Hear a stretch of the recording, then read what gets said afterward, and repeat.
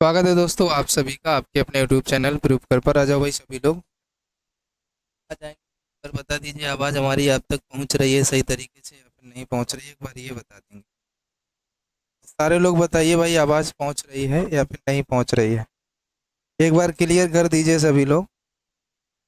फिर जो है आपकी क्लास जो है स्टार्ट हो जाएगी। सबको एक बार शेयर कर दीजिए भाई सेशन को।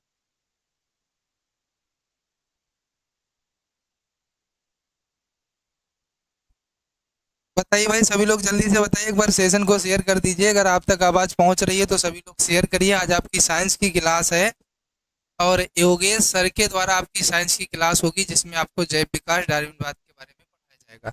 ठीक है, जैसा कि हमने आपसे कहा था कि 7 बजे से आपकी क्लास हुआ करेगी भाई के सर जी के द्वारा, और बहुत ही अच्छे तरीके से क्लास होगी। आपको बिल्कुल भी कोई दिक्कत नहीं होगी। एक बार सेशन को शेयर करके सभी बच्चों को जल्दी से बुलाएं ताकि सारे बच्चे आ जाएं, कोई भी दिक्कत ना हो। ठीक है, जल्दी से सभी लोग बुला लीजिए, फिर सर जी क्लास को स्टार्ट करेंगे, है ना। सर जी, एक बार सभी लोग जल्दी से सेशन को शेयर कर दो। है, शेयर कर दो, फिर ये क्लास आपकी स्टार्ट हो जाएगी। बहुत ही अच्छे ढंग से आपको पढ़ाया जाएगा। बस शेयर करने का समय है, 1 मिनट के अंदर सभी लोग शेयर कर दीजिए। ठीक है,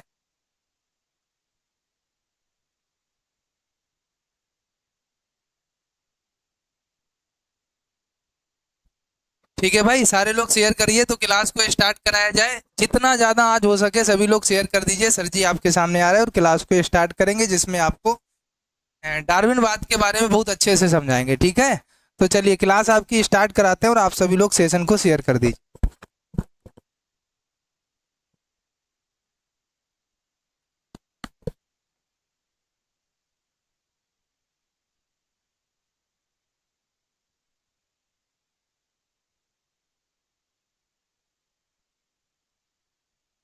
नमस्कार दोस्तों। मैं योगेश राजपूत और आज आपको मैं बायो की क्लास पढ़ाने के लिए उपस्थित हूँ। और आज आपको बायो में मैं जैव विकास के बारे में पढ़ाऊँगा। और जैव विकास में आपको डार्विनवाद। एक बार आप लोग सब लोग क्लास को शेयर कर दिएगा।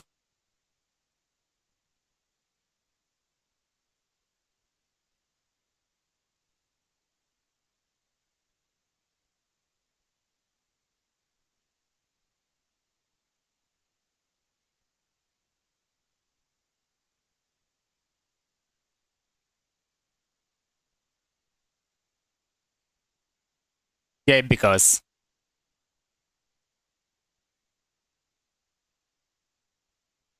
ऑर्गेनिक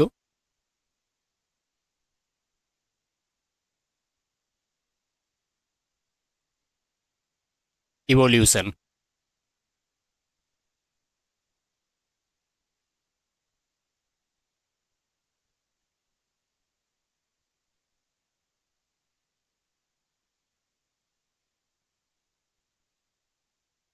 तो आइए जानते हैं कि जैव विकास क्या है। तो जैव विकास का अर्थ होता है जीवों का विकास। जीवों का विकास अर्थात कह सकते हैं कि जैव विकास वह धीरे धीरे होने वाली प्रक्रिया है जिसके परिणाम स्वरूप जटिलतम जीवों का विकास सरलतम जीवों में हुआ है।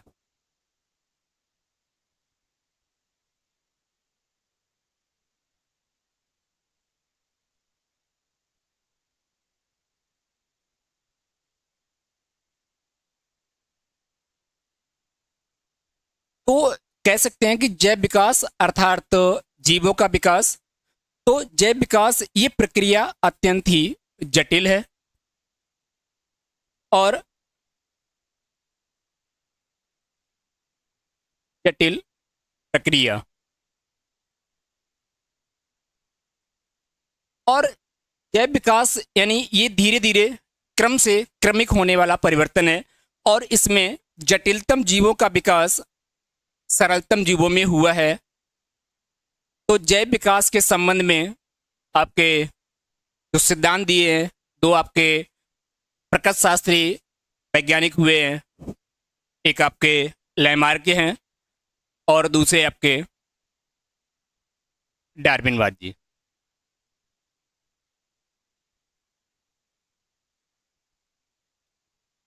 लैमार्क और दूसरे आपके हैं डार्विन।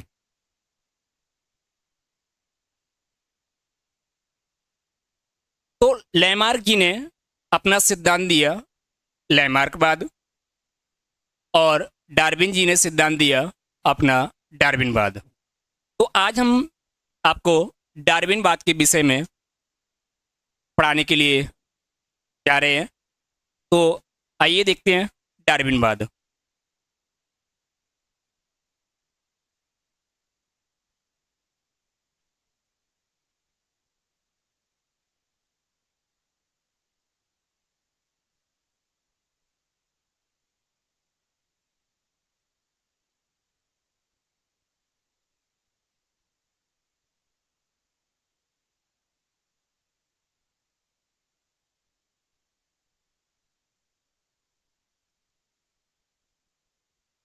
डार्विनवाद यानी डार्विनिज्म।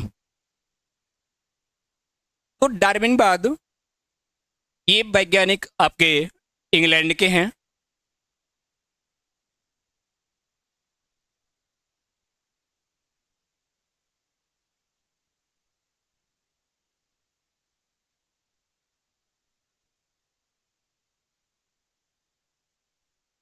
डार्विन जी इंग्लैंड के प्रकृति शास्त्री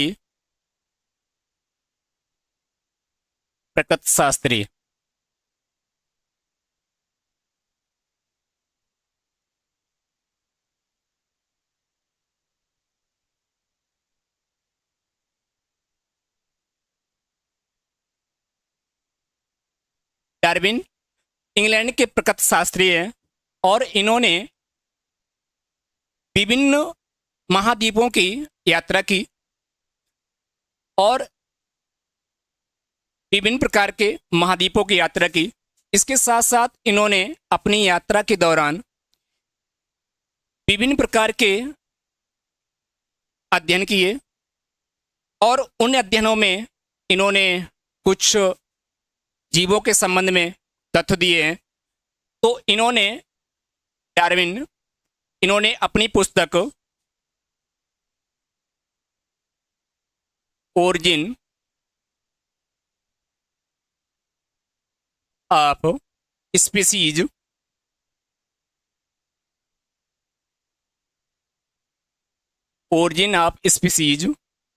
बाय नेचुरल सिलेक्शन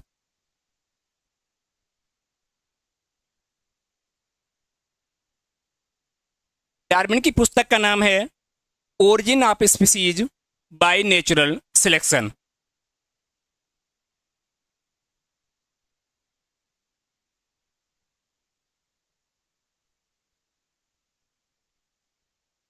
अर्थात इसे कह सकते हैं प्राकृतिक वरण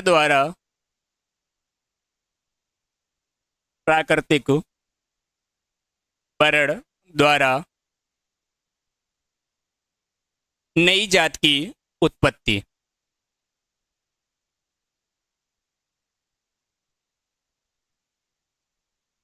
नई जात की उत्पत्ति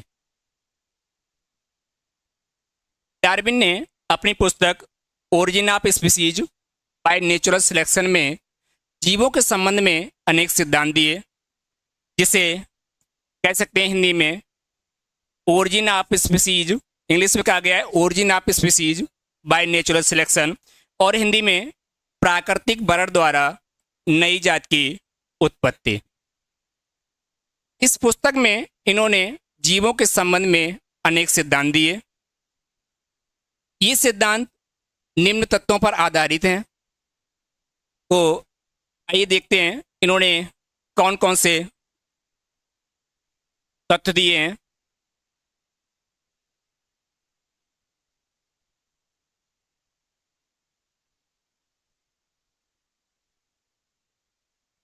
इसमें आपका पहला पॉइंट है जीवों में संतानोत्पत्ति की प्रचुर क्षमता, या कह सकते हैं जीवों में संतानोत्पत्ति की अपार क्षमता। आइए देखते हैं पहला पॉइंट।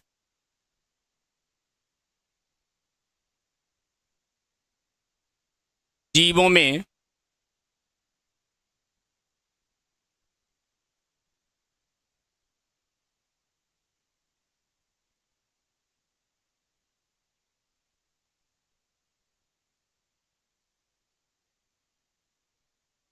जीवों में संतानोत्पत्ति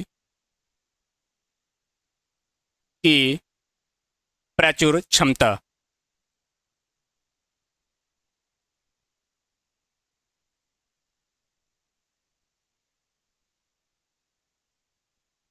कह सकते हैं कि प्रत्येक जीवधारी अपने समान संतान उत्पन्न करने की अपार क्षमता रखता है। प्रत्येक जीव अपने वंश को चलाने के लिए या अपनी जाति को बनाए रखने के लिए प्रजनन करता है। तो प्रत्येक जीवधारी अपनी जाति को बनाए रखने के लिए प्रजनन करेगा और प्रत्येक जीवधारी अपने समान ही संतान उत्पन्न करता है। कह सकते हैं इसमें कि एक समुद्री सीपी एक वर्ष में 60 लाख अंडे देती है। एक समुद्री सीपी एक वर्ष में 60 लाख अंडे देती है।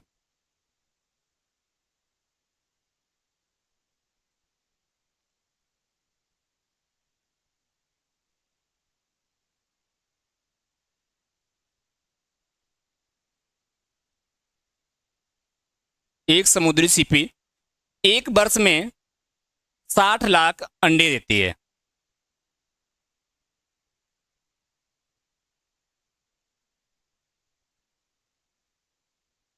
कह सकते हैं आगे कि एक मादा खरगोश एक वर्ष में 4 से 6 बच्चों को जन्म देता है।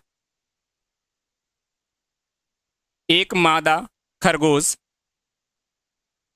एक वर्ष में 4 से 6 बच्चों को जन्म देता है।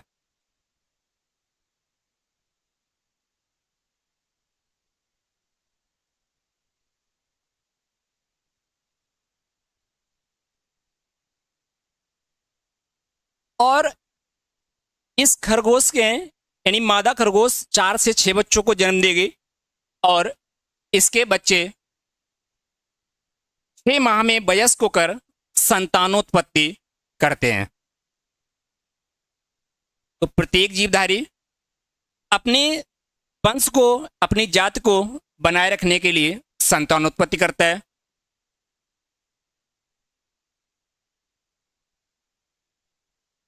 एक एस्केरिस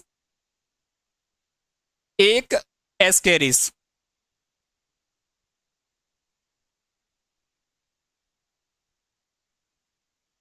अपने जीवन काल में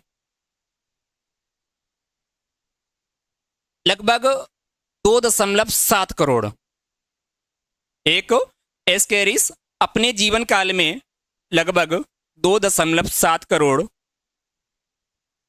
अंडे देता है।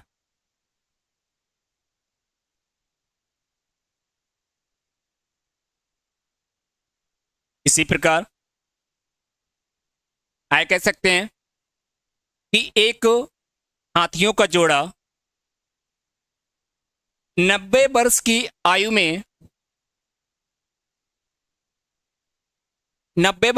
में 3 से 4 बच्चों को जन्म देता है, या 3 से 4 हाथियों का विकास होता है, जन्म होता है। और इसी प्रकार यदि गणितीय रूप से इनका अध्ययन किया जाए तो कहा गया है कि 750 वर्षों में यदि सभी, यानी एक मादा जोड़े से यदि उसके सभी बच्चे जीवित रहें तो 750 वर्षों में लगभग 2 करोड़ हाथी बन जाएंगे।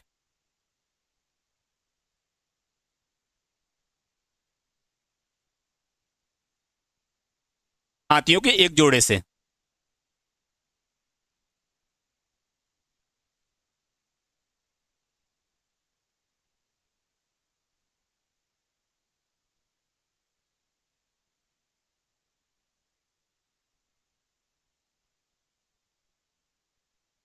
आइए इसका दूसरा देखते हैं। पहला आपका पॉइंट हो गया कि जीवों में संतानोत्पत्ति की प्रचुर क्षमता। इन्होंने अपना दूसरा सिद्धांत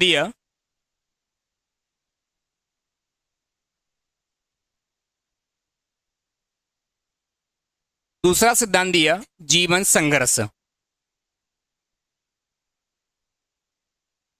जीवन संघर्ष।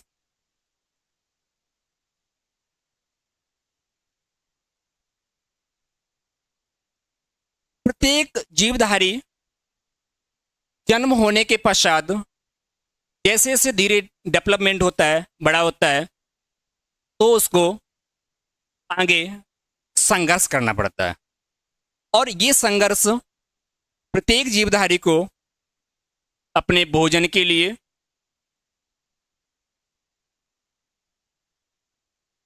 अपने भोजन के लिए, आवास के लिए और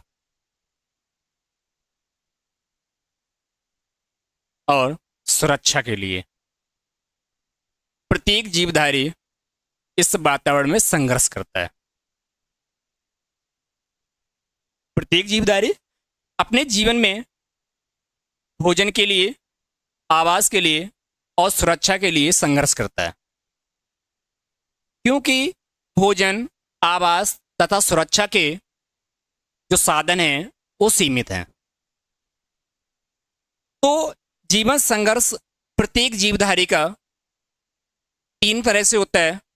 उसमें आपका पहला है सजातीय संघर्ष।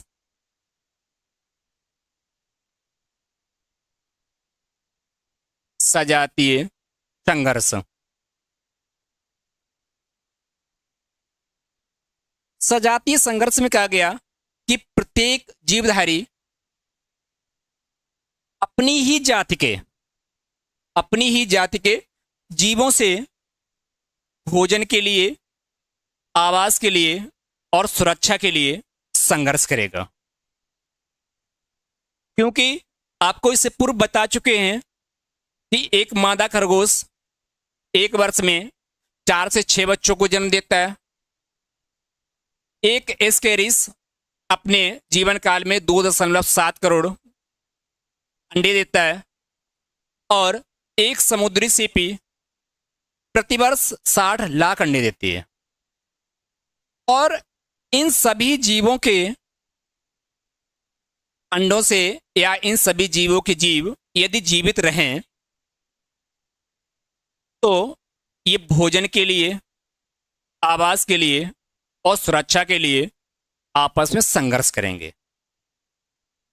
भोजन के लिए, आवास के लिए और सुरक्षा के लिए आपस में संघर्ष करेंगे।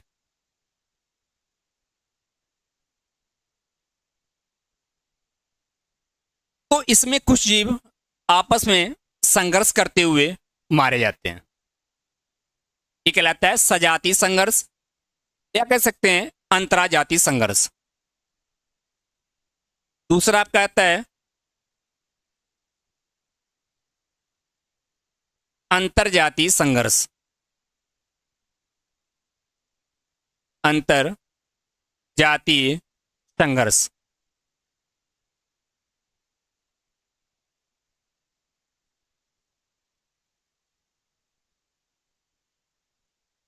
अंतरजातीय संघर्ष। अंतरजातीय संघर्ष में कह सकते हैं कि इसमें जीवधारी अपनी जात से दूसरी जाति के जीवों से भोजन के लिए, आवास के लिए और सुरक्षा के लिए संघर्ष करता है। अपनी जात से दूसरी जाति के जीवों के लिए, जैसे एक समुद्री सीपी के बच्चे या समुद्री सीपी एस्केरिस के जंतुओं से भोजन के लिए, आवास के लिए और सुरक्षा के लिए संघर्ष करेंगे। तो इस संघर्ष में कुछ जीव मारे जाते हैं और कुछ जीव शेष रह जाते हैं। इसके बाद में कुछ जीव बच गए। तो तीसरा आता है वातावरणीय संघर्ष।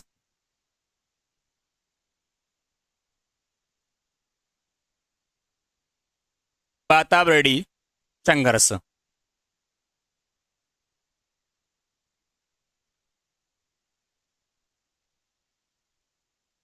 वातावरणीय संघर्ष।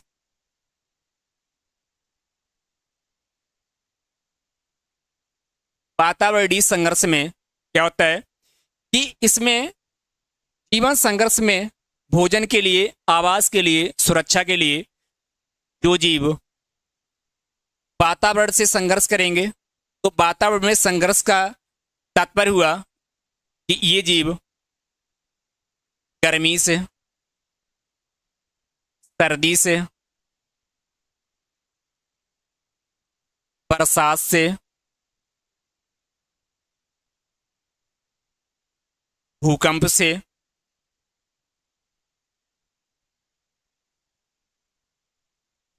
आदि वातावरणीय संघर्ष करेंगे। तो ये जीव वातावरण में अपने भोजन के लिए, आवास के लिए और सुरक्षा के लिए इन मौसमों में, इन वातावरण में संघर्ष करते हुए मारे जाएंगे। कुछ जीव गर्मी में मारे गए, कुछ जीव सर्दी में, कुछ जीव बरसात में मर गए और कुछ भूकंप से या अन्य वातावरणीय परिस्थितियों के कारण मर जाते हैं। तो जीवन संघर्ष प्रत्येक जाति का भोजन के लिए, आवास के लिए और सुरक्षा के लिए होता है। तो ये तीन तरह से होगा: सजाति, अंतरजाति और वातावरणीय। इसके बाद में डार्विन ने तीसरा पॉइंट दिया कि जो जीव जीवन संघर्ष में सफल हुआ और यहां से जो बच गया, तो उसका हो गया प्राकृतिक चयन। प्राकृतिक चयन अर्थात जो जीव भोजन, आवास और सुरक्षा के लिए संघर्ष करते हुए आगे बढ़ गया, उसका इस प्रकृति में चयन हो गया। यानी जो जीव विभिन्न प्रकार के वातावरणीय, अंतरजातीय और सजातीय संघर्षों को क्रॉस करता हुआ, पार करता हुआ आगे बढ़ा, तो उसमें जीव उसका प्रकृति में उसका चयन हो जाता है। अर्थात वो जीव आगे अपने आप को सभी वातावरण परिस्थितियों में अनुकूल कर लेता है। तो ऐसे जीव कहलाते हैं प्राकृतिक चयन। अब प्राकृतिक चयन, अगला डार्विन ने पॉइंट दिया, अगला सिद्धांत बताया, विभिन्नताएं। विभिन्नताएं वेरिएशंस। प्रत्येक जीवधारी में कुछ ना कुछ भिन्नता अवश्य होती है, क्योंकि जब जीवन संघर्ष को क्रॉस करते हुए उसमें सफल होते हुए जो जीव आगे बढ़ा, तो उसका प्रकृति में चयन हुआ। और चयन प्रकृति में तभी हुआ जब वो जीवधारी अपने आप को अनुकूलित कर लिया, यानी सभी वातावरणीय परिस्थितियों में स्वयं को एडजस्ट कर लिया। और एडजस्ट होने के बाद वो जीव अन्य जातियों से भिन्न होगा। तो उसमें भिन्नताएं कुछ ना कुछ अवश्य होती हैं।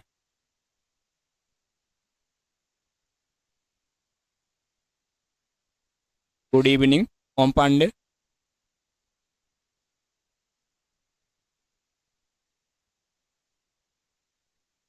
अगला डार्विन ने अपना तत्व दिया, योग्यतम जीव की उत्तरजीविता।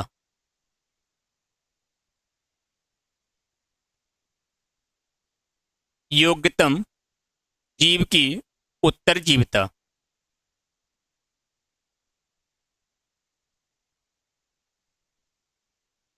योग्यतम जीव की उत्तरजीविता।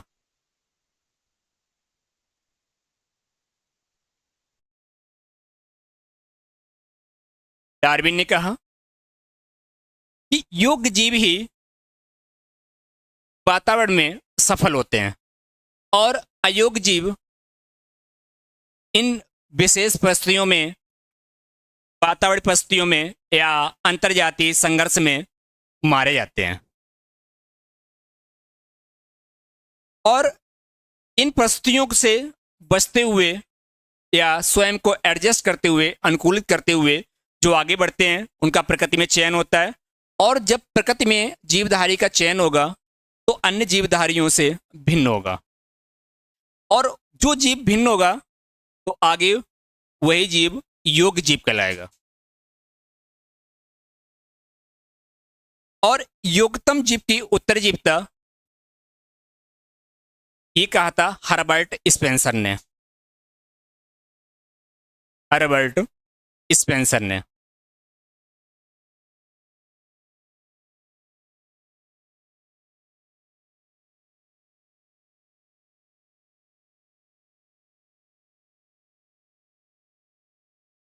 हर्बर्ट स्पेंसर जी ने योग्यतम जीव की उत्तरजीविता कहा था। यदि आपके एग्जाम पूछा जाता है कि योग्यतम जीव की उत्तरजीविता किसने कहा, यदि ऑप्शन में आपके डार्विन नहीं है तो आप हर्बर्ट स्पेंसर पे मारिएगा, और यदि हर्बर्ट स्पेंसर जी दिए गए हैं तो आप हर्बर्ट स्पेंसर पे टिक करिएगा, आप डार्विन डार्विन पे टिक नहीं करेंगे, क्योंकि योग्यतम जीव की उत्तरजीविता हर्बर्ट स्पेंसर जी ने कहा था। अगला पॉइंट आया नई जात की उत्पत्ति। नई जाति की उत्पत्ति।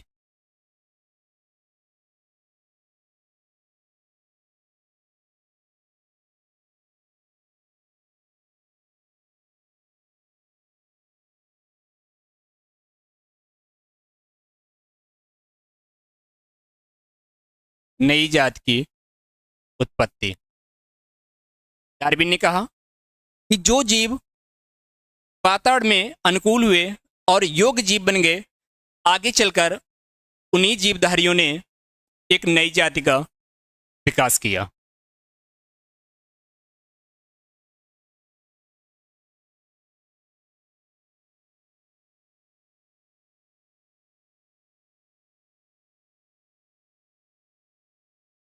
तो इससे संबंधित कुछ आपके क्वेश्चन होते हैं कि डार्विन बाद ने सॉरी डार्विन जी ने कौन कौन से सिद्धांत दिए। वो इनके सिद्धांत हैं प्राकृतिक चयन का सिद्धांत, प्राकृतिक चयन का सिद्धांत,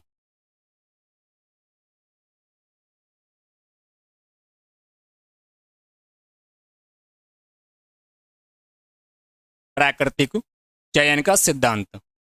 आपसे पूछा जाता है कि प्राकृतिक चयन का सिद्धांत किसने दिया, तो डार्विन ने प्राकृतिक चयन का सिद्धांत दिया। दूसरा आपसे पूछा जाता है कि योग्यतम जीव की उत्तरजीविता का सिद्धांत किसने दिया, तो आप कह सकते हैं डार्विन ने दिया।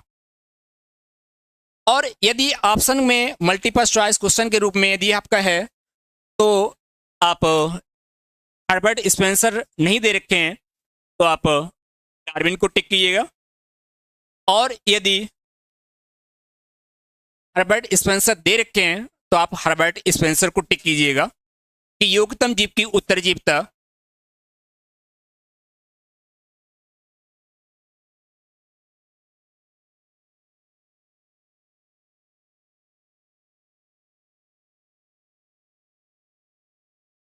Good evening Omveer.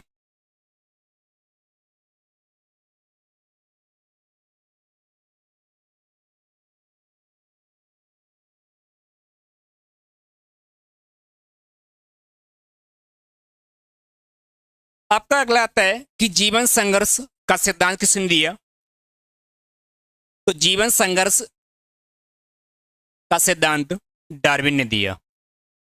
जीवन संघर्ष। जीवन संघर्ष के सिद्धांत, प्राकृतिक चयन का सिद्धांत और योग्यतम उत्तरजीविता का सिद्धांत डार्विन।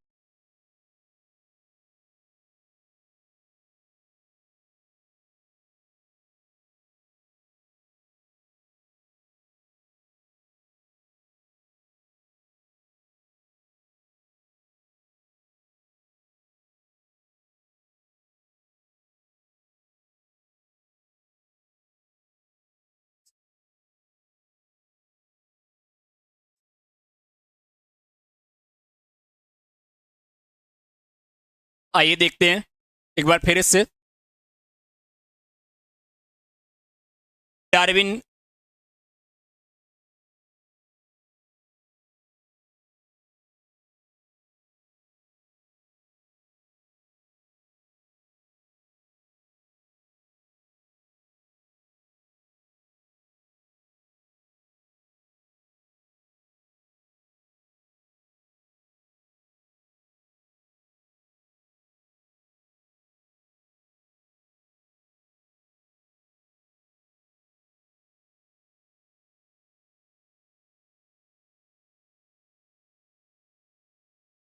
तो डार्विन आपका, इनकी पुस्तक का नाम प्राकृतिक वर्ण द्वारा नई जात की उत्पत्ति, जिसे कह सकते हैं origin of species by natural selection, प्राकृतिक वर्ण द्वारा नई जात की उत्पत्ति। तो देखते हैं कि जीवों में संतानोत्पत्ति की अपार क्षमता होती है। हम अपने आप को इस जीवन से जोड़ के देखते हैं कि हम लोगों का जन्म हुआ है और प्रत्येक जाति को बनाए रखने के लिए या प्रत्येक वंश को चलाने के लिए जीव संतानोत्पत्ति करता है। तो हम लोगों का इस पर्यावरण में, या कह सकते हैं इस भूमि पर हम लोगों का जन्म हुआ, और इसके बाद में हम लोगों को जन्म होने के पश्चात हम लोग कर रहे हैं संघर्ष। जन्म होने के पश्चात जीव अपने जीवन में संघर्ष करता है। जैसे जैसे बच्चा धीरे बड़ा होता है तो उसको विद्यालय में दाखिला दिलाया जाता है। दाखिला दिलाने पर अर्थात उसका प्रवेश करा दिया जाता है, तो बच्चा विद्यालय में शिक्षा के लिए संघर्ष करता है। बच्चा विद्यालय में शिक्षा के लिए संघर्ष करता है, और संघर्ष बच्चा करता है अपनी ही कक्षा के जीवधारियों से, अपनी ही कक्षा के विद्यार्थियों से संघर्ष करता है। किसके लिए? शिक्षा के लिए। और जैसे वो उस क्लास को या उस विद्यालय से निकलकर दूसरे विद्यालय में पहुंचता है तो हो जाता है अंतरजातीय संघर्ष।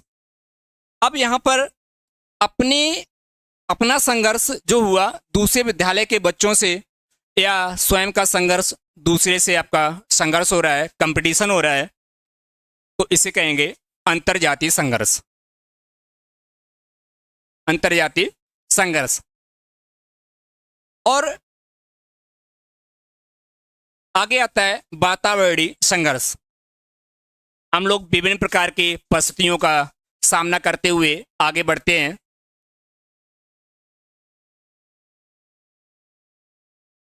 ये कहलाएगा आपका वातावरणीय संघर्ष। तो हमने शिक्षा में प्रवेश किया, अपनी कक्षा के विद्यार्थियों से संघर्ष किया शिक्षा के लिए, दूसरे विद्यालय में या दूसरी कक्षा के विद्यार्थियों से संघर्ष किया शिक्षा के लिए, और उसमें कुछ वातावरणीय परिस्थितियां आए जिसे हम लोग पास करते हुए, क्रॉस करते हुए आगे बढ़ते हैं।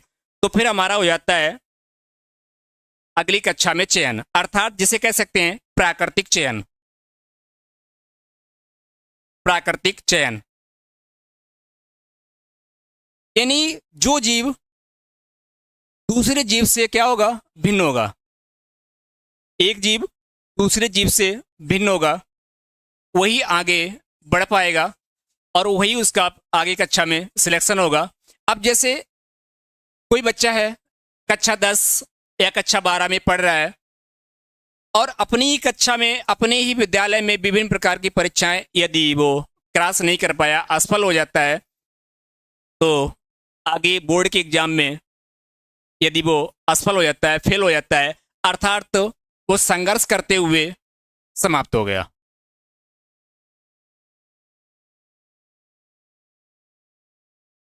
अंतर्जातीय, अंतराजातीय और वातावरणीय, इन संघर्षों में वो अपने आप को स्वयं अनुकूलित नहीं कर पाया और बच्चा वहीं पे उसकी शिक्षा का अंत हो गया। और जो बच्चे आगे बढ़ जाते हैं उनका अगली कक्षा में चयन होता है, और चयन उसी बच्चे का होता है, उसी विद्यार्थी का होता है जो अन्य विद्यार्थियों से भिन्न होता है। डार्विन ने कहा कि वे जीव ही वातावरण में सफल होते हैं जो अन्य जीवों से भिन्न होते हैं, और जो जीव अन्य जीवों से भिन्न होंगे वही जीव योग्य होंगे, और योग्य होंगे वही आगे जॉब के लिए या विभिन्न प्रकार के नौकरियों में बढ़ जाते हैं। तो ऐसे जीव कहलाते हैं योग्य जीव। प्रकृति में हमारा चयन हुआ, अगली कक्षा में हमारा चयन हुआ, और चयन होने के पश्चात, चयन जब ही हमारा हुआ जब हम अन्य विद्यार्थियों से भिन्न थे, और भिन्न होने के पश्चात हम अन्य प्रतियोगी परीक्षाओं के लिए या अन्य कक्षा में बैठने के लिए योग्य हैं, और जब योग्य हैं तभी एक नई पीढ़ी का, नई जाति का, कह सकते हैं एक नई दिशा का निर्माण होगा। तो डार्विन जी ने अपने सिद्धांत, विभिन्न प्रकार के सिद्धांत हैं, तो प्राकृतिक चयन का सिद्धांत दिया,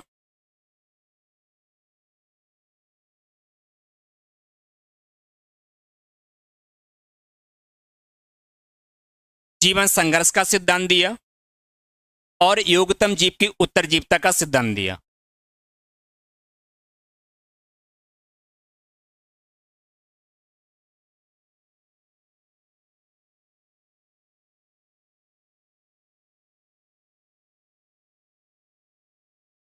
योग्यतम जीव की उत्तरजीविता का सिद्धांत।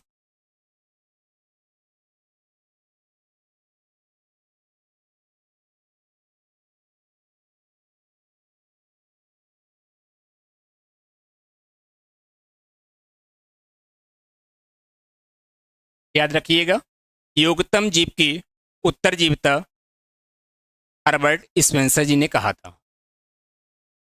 सिद्धांत पूछा है कि योग्यतम जीव की उत्तरजीविता का सिद्धांत किसने दिया, तो डार्विन ने दिया, और ऑप्शन के रूप में हो तो हर्बर्ट स्पेंसर।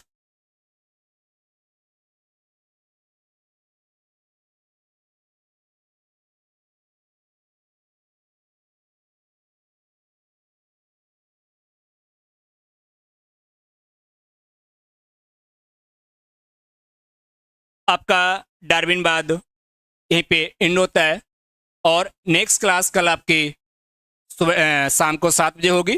कल आपको पढ़ाएंगे लैमार्कवाद। लैमार्कवाद आप सभी लोग कमेंट्स करके बताइएगा कि आपको क्लास कैसी लगी, और इसे और बेहतर बनाने के लिए आप कुछ अपने सुझाव दीजिएगा। आप सभी लोग अपने कमेंट्स, अपने सुझाव अवश्य दीजिएगा।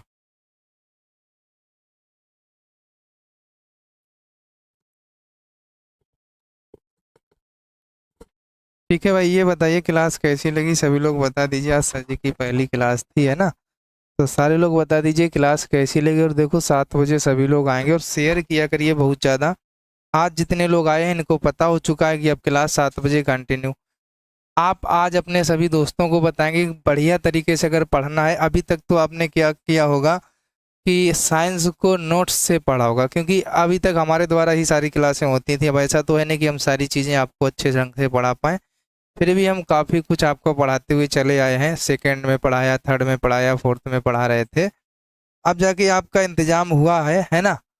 तो इसलिए अब आपकी अच्छे तरीके से क्लास चलेगी। साइंस के टीचर पढ़ाएंगे तो आपको अच्छे से समझ आएगा। बेसिक से पढ़ाया जाएगा। आपके जो क्वेश्चन होंगे क्वेश्चन के हिसाब से पढ़ाया जाएगा जो आपसे पूछे गए होंगे। क्योंकि क्या था, अभी तक तो हम नोट्स लिया, जैसे मान लो ये नोट्स है हमारे पास में। अब इस नोट्स को लेते थे, फ़ोटो खींचा, और हर जगह ऐसे ही पढ़ाया जाता है। तो इसको फ़ोटो खींच के पढ़ा दिया गया, या तो इसका अपने हैंड राइटिंग से लिख करके पढ़ा दिया गया। कहने का मतलब पढ़ाया नोट्स ही गया। अभी तक आपको अच्छे तरीके से समझा करके नहीं पढ़ाया गया, लेकिन पहली बार हमने ये कोशिश की और सफल भी होगी आपको अच्छे से, और यहीं तक पढ़ाई जाएंगी। आज पहली क्लास थी, है ना? तो सर जी ने आपको ये दिखाया है कि हम आपको ये दिखाना चाहते थे कि आप लोग ये देखें कि सर जी की क्लास आपको कैसी लगेगी। इसके बाद आगे से आपका सारी चीज़ें स्पीड से ही